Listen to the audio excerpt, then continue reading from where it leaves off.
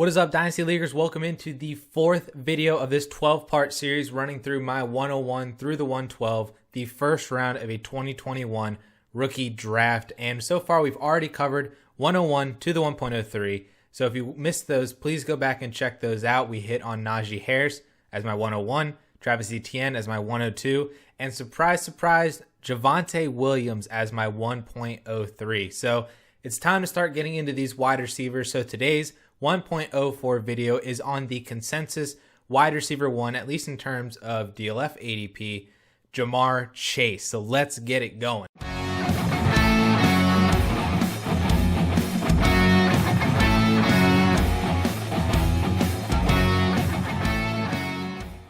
So Jamar Chase is the current 1.02 in one quarterback February DLF rookie ADP, and actually only made it out of the top 3 in one of the 10 drafts that feed that ADP. He was taken actually equal parts the 101, the 102, and the 103 in the other 9, 3 of each of those picks. So he's really not escaping that top tier in one quarterback leagues, and in Superflex leagues, it might actually be hard to find him outside of the top 5 when you throw those quarterbacks in there as well too.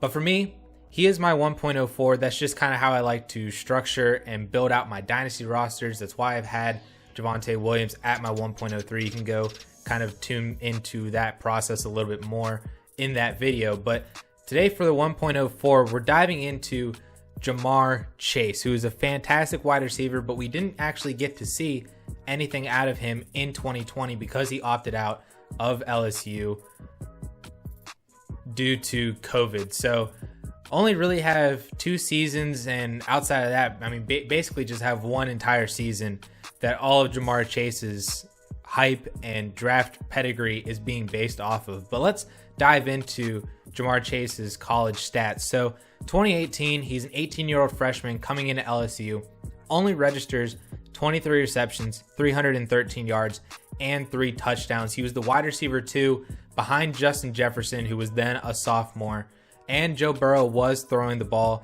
for the LSU Tigers in that season as well too.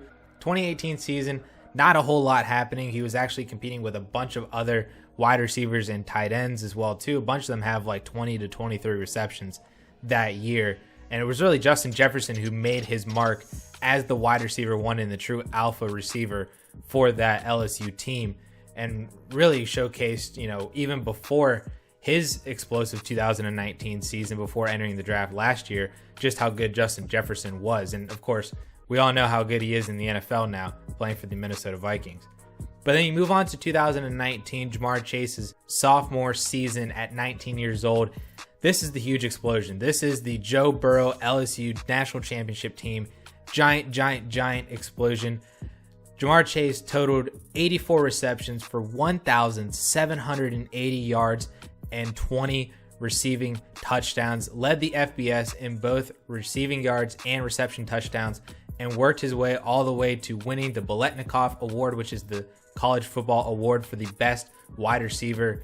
All around was a fantastic season, and I remind you, that was across from Justin Jefferson's 111 receptions, 1,540 yards, and 18 touchdowns. The dynamic duo, which really helped with Joe Burrow, throwing for almost 6,000 yards and 60 touchdowns. The output in this team was absolutely insane, absolutely crazy.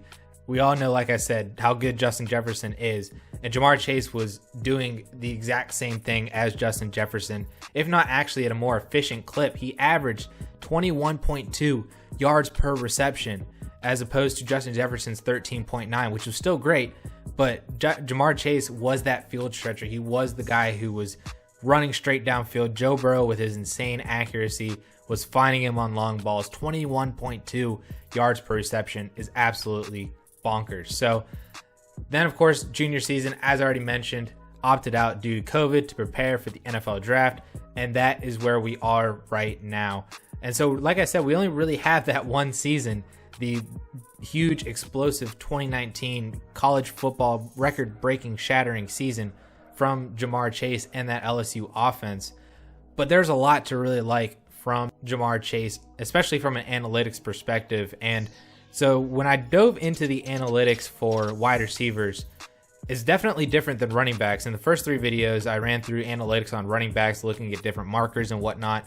And so it's a little bit easier to kind of predict running backs coming into the NFL, especially whenever you interpret and put in draft capital. Like, draft capital is the leading number one thing for running backs. They're going to get the opportunity if they're drafted in that first round, definitely in the second round as well too. Then it kind of fades off from there.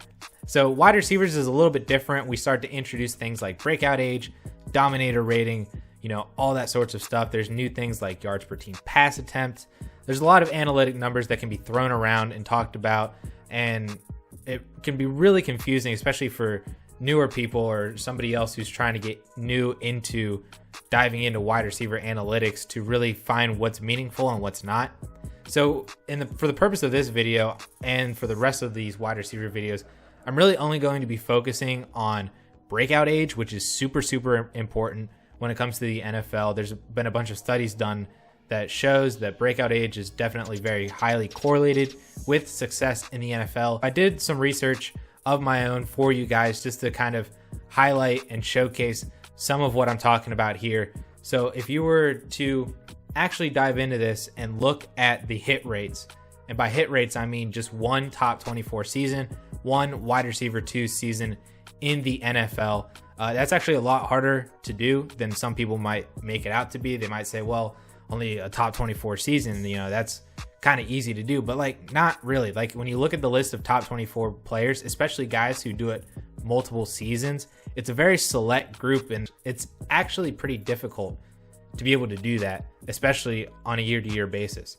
So that is what I'm using as a hit in the NFL, is at least one wide receiver 2 season or better in the NFL. So when I just dove down and broke up hit rates just in terms of first draft round. So when you look at draft round, you go 1 through 7, and then I have here 8 is undrafted. You can see that it kind of goes down, and it goes down pretty sharp, especially after the 3rd round. But first round in particular, 48.7% hit rate. So if you're a first round wide receiver, just based off of being drafted in the first round, you basically have a 50-50 shot at being a hit in the NFL, at least for fantasy football purposes. In the second round, it goes down to 33%. Third round goes down to 23%. And then 4th round and everything under is all under 10%, then eventually down to 5% until we hit undrafted at 1.6% hit rate. Moving on, then we're talking about breakout age. So for those of you who don't know or don't have a clear definition on what breakout age is the first season that you accumulate a 20% or a 30% dominator rating in college. So whatever that first year is, whatever age you were in that year, that was your breakout age. And so then I have to define dominator rating for you. Dominator rating is a quick little formula. It is market share of receiving yards plus market share of receiving touchdowns, all of that divided by 2. Or if maybe it's easier to understand this way, you can take market share of receiving yards divided by 2 plus market share of receiving touchdowns divided by 2. You add those 2 together. That's how you get dominator rating, which is normally a solid one is above 30%. Other people use 20% as a threshold. That's basically what we're looking for, at least a 20%. If you don't hit 20% dominator rating in any of your collegiate seasons, Henry Ruggs, then you don't have a breakout age at all. That's what we're talking about in terms of breakout age. So 20% breakout age, which is like the bare minimum threshold, an 18-year-old 20% breakout age. So you broke out basically your freshman year at a 20% dominator rating. That hit rate to the NFL is 26.9%. 19-year-old 20%, 20-year-old 11%, and then after 20 years old, it drops significantly down all the way to 6%, 8%, 5%. And if you didn't break out at all, you have a 1.6% hit rate in the NFL. Henry Ruggs. Moving on to the next breakout age, a lot of people, and this is kind of a new like RotoViz thing, they've been using 30% dominator rating as a breakout age threshold. What that does is a stronger filter for wide receiver success in the NFL. You look at 30% hit rates in the NFL. At 18 years old, it's 40% hit rate. 19 years old, it's 26.5%. 20 years old, it's 20%. And then 21 through 23 is all in that 10% range as well too. And if you've never had a 30% breakout age, you have a 3.4% chance of hitting in the NFL, at least in terms of fantasy. So those are the baseline hit rates for draft capital and breakout age. I also did one step further and I combined the two. So first one is a 20% breakout age drafted in each individual round. You can see that you definitely want guys with a younger breakout age, 18, 19 years old, who were drafted in the first round. Two areas in particular that you really want to see is a young breakout age paired with draft capital in that first round, 60, 70% hit rate. And when you move on to the 30%, that's actually highlighted even further. You look at the first round draft capital at an 18 or 19-year-old 30% breakout age is 62.5%. Second round actually is 66.7% and a 50% for 18 and 19-year-old breakout ages. And is also pretty solid as well too. If you're a first rounder and you have a 20-year-old 30% breakout age, it's actually just as strong as well too, even stronger than just being a pure first round draft capital hit from 54.5% back to that 48% that I talked about with just being a pure first round pick. And so when you look at Jamar Chase's profile, he has a 19-year-old breakout age at a 30% threshold as well too. Awesome season for him. That's definitely what you want to see from your wide receivers. And then just also a career 31.2% dominator rating. Definitely what you want to see. You want to see these guys above a 30% threshold for their entire careers. That's including his really down freshman year as well too. So when you pair his 19-year-old breakout age with his projected draft capital of being a first round pick, if not even the top 15, top 10 pick, you're looking at a 62.5% hit rate for Jamar Chase's profile. I forgot to mention too in this video, and I just realized whenever I was editing this, that when you filtered down Jamar Chase's profile even more, the fact that he is a 21-year-old wide receiver. So when you look at 21-year-old wide receivers as 3-year early declares, first round draft capital with a 30% 19-year-old breakout age, his hit rate actually increases all the way up to a 68.7% hit rate. So that is why he is the consensus wide receiver 1 in rookie ADP. That's why he's my wide receiver 1 rookie right now. He's fast, he's 6 foot, he's 210 pounds. He is, all around just a very elite prospect coming into the NFL. So finally, whenever you're talking about where he could actually end up from the NFL draft, I've seen a lot of mocks where he's not even making it out of the top 10. So there are 3 teams in particular that I really highlighted and noted in the top 10 that I think he could really succeed at the next level. The first one is actually pairing him back with his former teammate Joe Burrow in Cincinnati at the 1.05. I think that's a really rough pick, and if I were the Cincinnati Bengals, I would not go that route because you need offensive line help. Joe Burrow was running for his life back there. Basically what we saw in the Super Bowl with Patrick Mahomes, that's what Joe Burrow was doing like his entire freaking rookie season until he exploded everything possible in his knee. Every CL ligament was just wrecked. If you were to pair Jamar Chase with Joe Burrow, that would definitely be an added boost to both players, especially for fantasy. Not really sure if that is a wise decision from a team building perspective, but Jamar Chase coming in and being another outside wide receiver as an AJ Green replacement, a young, fresh guy coming in basically 10 years younger than AJ Green, that's fantastic. That's really what you want to see. Another one too would be the Philadelphia Eagles. They pick one pick after the Bengals at 106.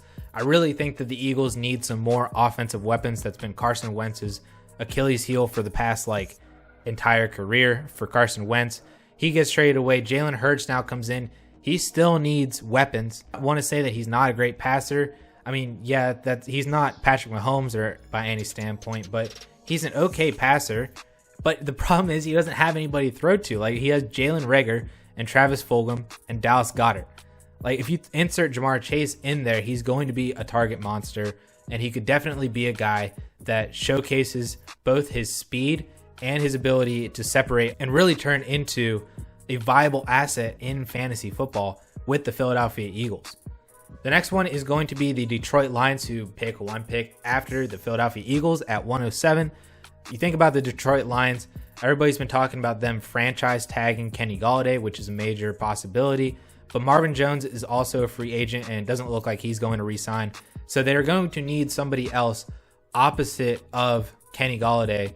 And Quintez Cephas is great, but if they can get a Jamar Chase in there opposite of Kenny Golladay, that would be a fantastic pairing for the two of them. And Jared Goff is fine as well too. He supported Robert Woods and Cooper Kupp at the same time. He can definitely support both of those wide receivers in a top 24 fantasy standpoint. I really like Jamar Chase going to the Detroit Lions at 1.07.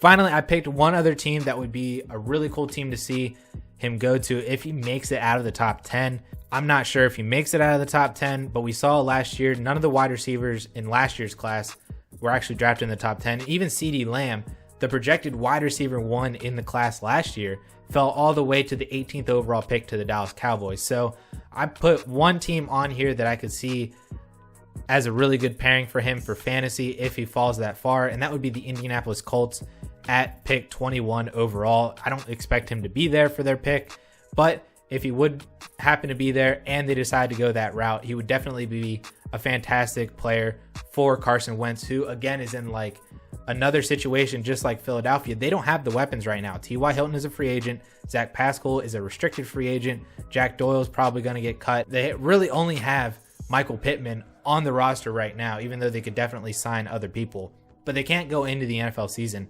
like that. So if Jamar Chase were to be there and if T.Y. Hilton were to not get to resign, then Jamar Chase could come in as like the alpha wide receiver 1 with Michael Pittman for Carson Wentz. And Carson Wentz loves to throw it deep. He's definitely fantasy viable for his wide receivers. He was a top 12 quarterback before he got benched last year. If he can hone in on Jamar Chase, he could definitely be a wide receiver 2 type of player in his rookie season, like a T. Higgins that we saw, like a CeeDee Lamb that we saw as well too, with, backup quarterbacks. Like it can be done. So I really like all 4 of those teams. The 3 teams in particular would be Cincy, Philly, and Detroit at the 5 through 7 spot. If he falls out of the top 10, I would hope that he would slide all the way to the Indianapolis Colts just for being fantasy. I doubt that happens, but those are the 4 teams in particular that I would really like to see Jamar Chase land with for immediate fantasy impact. So that's going to conclude today's video. Thank you guys so much for tuning into this 1.04 video on Jamar Chase. I'm continuing to go down the line here. We're hitting a bunch of these wide receivers. So my 1.05 video will be up next with another wide receiver. Probably not who you expect it to be, but I'm an analytics guy. Sorry to say. So I'm going to favor some of the analytics for my wide receiver too. We'll get to that other guy here very shortly as well. So thank you all for tuning in. Please make sure that you like and subscribe this video for more DLF content in the future. We're trying to pump out at least 1 video a day for the weekdays and potentially more for the weekends as well too. So we're definitely making a very concerted effort to get you guys YouTube content daily and provide you with the best rookie insight, best dynasty strategy insight, startups, everything that goes along with the dynasty offseason. So with that all being said, thank you all so much, and we'll catch you guys later.